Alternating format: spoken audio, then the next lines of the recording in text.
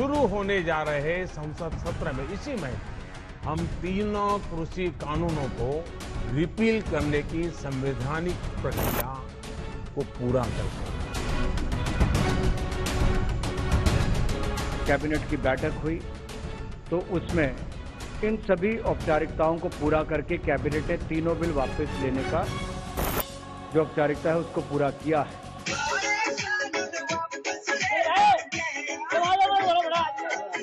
तो किसान अब चाहे खुशी मनाएं, चाहे जीत के गीत गाएं, क्योंकि पीएम मोदी के कृषि कानून को खत्म करने के ऐलान के बाद अब मोदी सरकार की कैबिनेट ने कृषि कानून को रद्द करने पर अपनी मुहर लगा दी।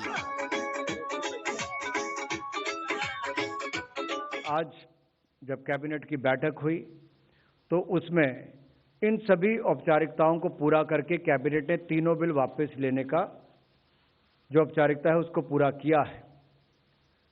कुछ ही दिनों के बाद अगले हफ्ते की शुरुआत में पार्लियामेंट का सत्र आएगा और ये जो तीनों विधेयक लोकसभा राज्यसभा में पूर्व में पास हुए थे, इनको वहां पर बाकी जो प्रक्रिया वापस लेने की वहां पर पूरी कर दी जाएगी। इस तरह से तीनों कानूनों की विधिवत वापसी का रास्ता भी साफ हो गया है। आगे की कार्यवाही संसद में पूरी होगी। 29 नवंबर से संसद का शीतकालीन सत्र शुरू हो रहा है। इस दौरान तीनों कानूनों की वापसी का प्रस्ताव रखा जाएगा। दोनों सदनों से इसे पास कराए जाने के बाद किसानों को तसल्ली हो जाएगी। इसके बाद उनके पास सरकार की मंशा पर शक करने की कोई वजह नहीं रह जाएगी। जो 19 तारीख को घोषणा माननीय प्रधानमंत्री जी ने की थी, उन्होंने यही कहा था कि हम इसको जल्द वापस लेने की प्रक्रिया पूरी करेंगे। पहली कैबिनेट में वापस भी करने की प्रक्रिया पूरी कर ली, औपचारिकताएं पूरी हो गई और अब जैसे ही विंटर सेशन की शुरुआत होगी वहां पर भी प्राथमिकता के तौर पर ये करने का काम किया जाएगा। केंद्र सरकार की ओर से किसानों का आंदोलन खत्म करने की कोशिश तो की जा रही है, मगर किसान नेता उन किसानों की बात कर रहे हैं जिनकी आंदोलन के दौरान मौत हुई। कानून वापसी की हमारी एक बड़ी डिमांड थी, वो हो रही है। पोल्यूशन पे एक बड़ी डिमांड थी, वो भारत सरकार ने पहले ही उसको कहा कि हम नहीं लेकर आएंगे। बिजली अमेंडमेंट बिल को उन्होंने अभी रोका हुआ है, उस पर अभी लेटर जारी नहीं हुए।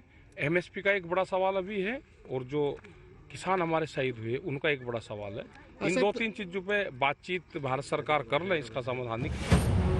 इत्तेफाक देखिए कि 2 दिन बाद किसान आंदोलन का 1 साल पूरा होगा और आज तीनों कृषि कानूनों की वापसी पर कैबिनेट की मुहर लगी है। इसके बावजूद दिल्ली के बॉर्डर पर बैठे किसान वापस जाने को तैयार नहीं है। अगर आप लोग यहाँ नहीं बैठेंगे तो मांगे नहीं मानी जाएंगी। हो सकता है। हमें कोई शौक नहीं है यहाँ गर्मी ठंड बरसात में बैठकर यहाँ पे आंदोलन करने की और लोगों को परेशान करने की। प्रधानमंत्री ने बहुत सारी घोषणाएं की थी, ठीक है, जो कि पूरी नहीं हुई। उसके बाद आज आप कह रहे हैं कि कैबिनेट में की मंजूरी दे दी गई है, ठीक है, हमें विश्वास है, लेकिन और चीजों पे भी तो मंजूरी दी।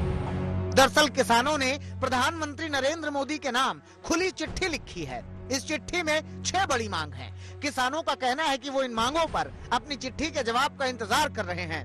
वहीं 27 नवंबर को संयुक्त किसान मोर्चा की बैठक होगी। बैठक में आंदोलन की दशा, दिशा और आगे की रणनीति पर फैसला होगा। तब तक पहले से तय कार्यक्रम अपने समय पर होंगे। आज से सरकार का कदम बढ़ने शुरू हुए। तो आप लोगों की क्या प्रतिक्रिया है? क्या जब संसद में ये प्रतिक्रिया है, भाई हमारा तो काम करते रहो, पर्चे देते रहो, हम अपना फाइल में लगाते रहेंगे।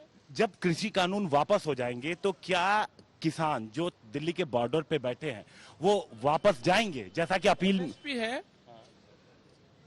जो 750 किसान शहीद हुए हैं, मुकदमे हैं, तो ये भी इसी में ही सवाल है। अजय टैनी की गिरफ्तारी है, ये तो बहुत से सवाल है। तीनों कानूनों की वापसी भले ही किसानों की सबसे बड़ी मांग थी, मगर अब वो 6 और मांगों पर सरकार की मुहर चाहते हैं। इनमें एमएसपी की गारंटी का कानून, बिजली संशोधन बिल 2021 के ड्राफ्ट की वापसी, पराली के केस की वापसी, आंदोलनकारी किसानों से केस वापसी और केंद्रीय मंत्री अजय मिश्रा टेनी की गिरफ्तारी और जान गंवाने वाले 700 किसानों के परिवारों को मुआवजा और शहीद स्मारक। 27 नवंबर को किसानों की बैठक में इन मांगों को लेकर आगे की रणनीति तय होगी। वहीं केंद्र सरकार की जहां तक बात है तो उसने 29 नवंबर से शुरू हो रहे संसद सत्र में कृषि कानूनों की वापसी का एजेंडा लिस्ट कर रखा है।